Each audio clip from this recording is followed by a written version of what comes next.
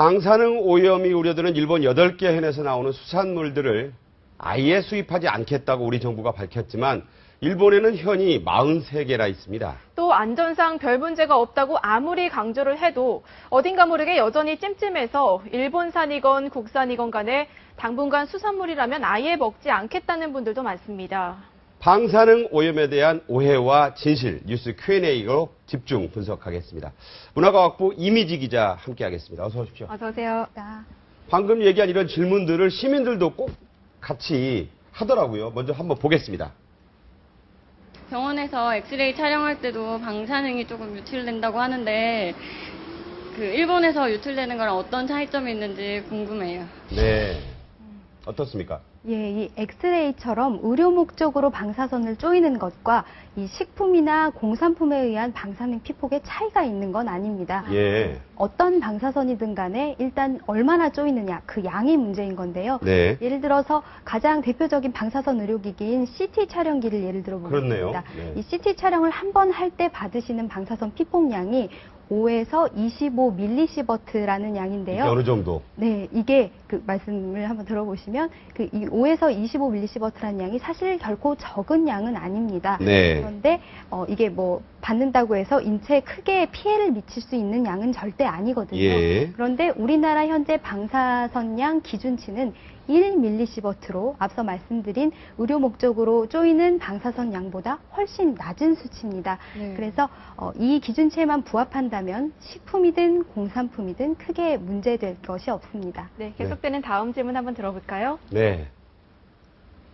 제가 맥주를 좋아하는데 요즘 일본이 방사능 때문에 일본물이 문제가 있으니까 일본 맥주도 문제가 있을 거 아닙니까? 네. 세계적인 일본 맥주 좋아하는 분들 많은데 이거 먹어도 되느냐 이런 질문 같아요. 네, 저도 참 좋아하는데요. 근데 이 우리나라는 일단 이 일본산 맥주에 대해서는 전수 조사를 실시하고 있습니다. 네. 해서 정밀 분석을 하는 건데요. 또 정밀 분석 결과를 식약처 홈페이지에 올려서 일반인에게도 공개하고 있기 때문에 네. 시민분들도 언제든 확인하실 수가 있습니다. 그래도 이 불안이 끊이지 않고 있는데요. 뭐 예를 들자면 일본산 맥주인데 중국이나 다른 나라에서 생산해 오는 것들은 일본산 원료를 갖다 쓸 수도 있는 거 아니냐. 그렇죠. 그러면 네. 수시는 중국산 뭐 이렇게 되는 거거든요. 네.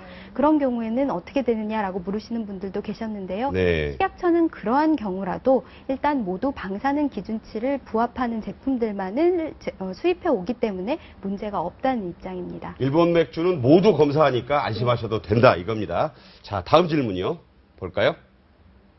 음식 말고도 우리나라에서 쓰는 기계도 많은데 그것도 기준치가 다 다른 건가요?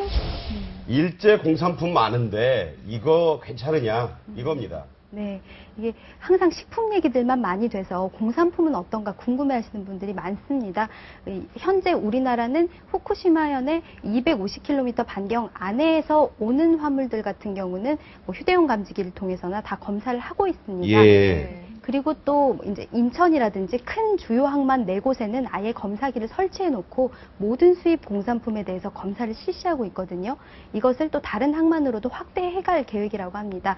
근데 뭐 일단 전문가들 말은 공산품으로 인한 피폭 가능성은 그리 크지 않다고 합니다. 네. 자, 손해배상 청구 얘기도 있었어요. 한번 볼까요? 무슨 얘기인지? 네. 후쿠시마 원전 폭발해가지고 바다가 오염되고 있는데 그것 때문에 우리나라 바다까지 오염되면은 일본에 손해배상을 할 수 있는지 궁금해요. 네. 법적인 문제예요. 네. 만약 저런 일이 발생한다면 정말 복잡한 문제인데요. 네. 일단 손해배상 청구를 하자면 그 인과관계를 명확히 밝혀야 하기 때문입니다. 우리나라 바다의 오염이 후쿠시마 원전소 오염에 의한 것인지를 입증을 해야 하고요. 네. 또 정확한 가해자를 적시를 해야 하는데 그게 일본 정부가 됐든 도쿄전력이 됐든 누가 가해자인지를 또 밝혀서 적어야 합니다. 근데 그런 것들을 일단 지금 상황이 일본도 피해자인데 우리가 누구를 가해자로 적시해서 앞선 인과관계들을 가지고 청구 소송에 승소를 하기란 쉽지 않아 보입니다. 네. 전문가들은 차라리 만약 그런 일이 발생하면 서로 간의 외교적인 협상을 통해서 일본이 우리나라로 적정한 보상을 하도록 유도하는 게 더 낫지 않겠냐고 보고 있습니다. 내가 일본 방사능에 어떻게 이게 오염이 됐는지를 어떻게 하느냐 이런 질문도 있었거든요. 이게 마지막 질문인데 한번 보겠습니다. 제가 얼마 전에 그 일본으로 출장을 다녀왔는데 뭐 얼만큼 이제 몸에 영향이 있고 뭐 어떻게 안 좋은지 개인이 자가로 측정하거나 아니면 어떻게 검사 받을 수 있는 방법이 있는지 궁금하네요. 네. 어떻습니까? 네, 일단 자가 진단을 할 수 있는 방법은 없고요. 만약에 본인이 스스로 자가 진단이 될 정도로 피부 피해가 느껴진다 하시면 그건 이미 굉장히 심각하게 노출이 되신 경우거든요. 네. 큰일이 난 경우입니다.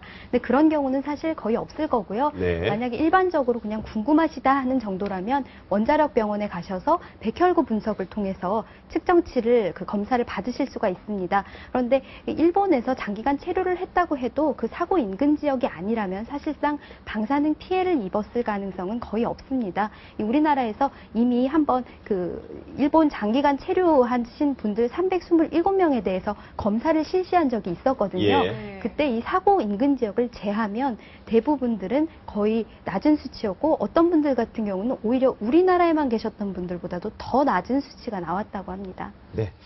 너무 놀라지 말고 잘 따져보고 잘 검사해보면 된다. 이런 말 같군요. 네.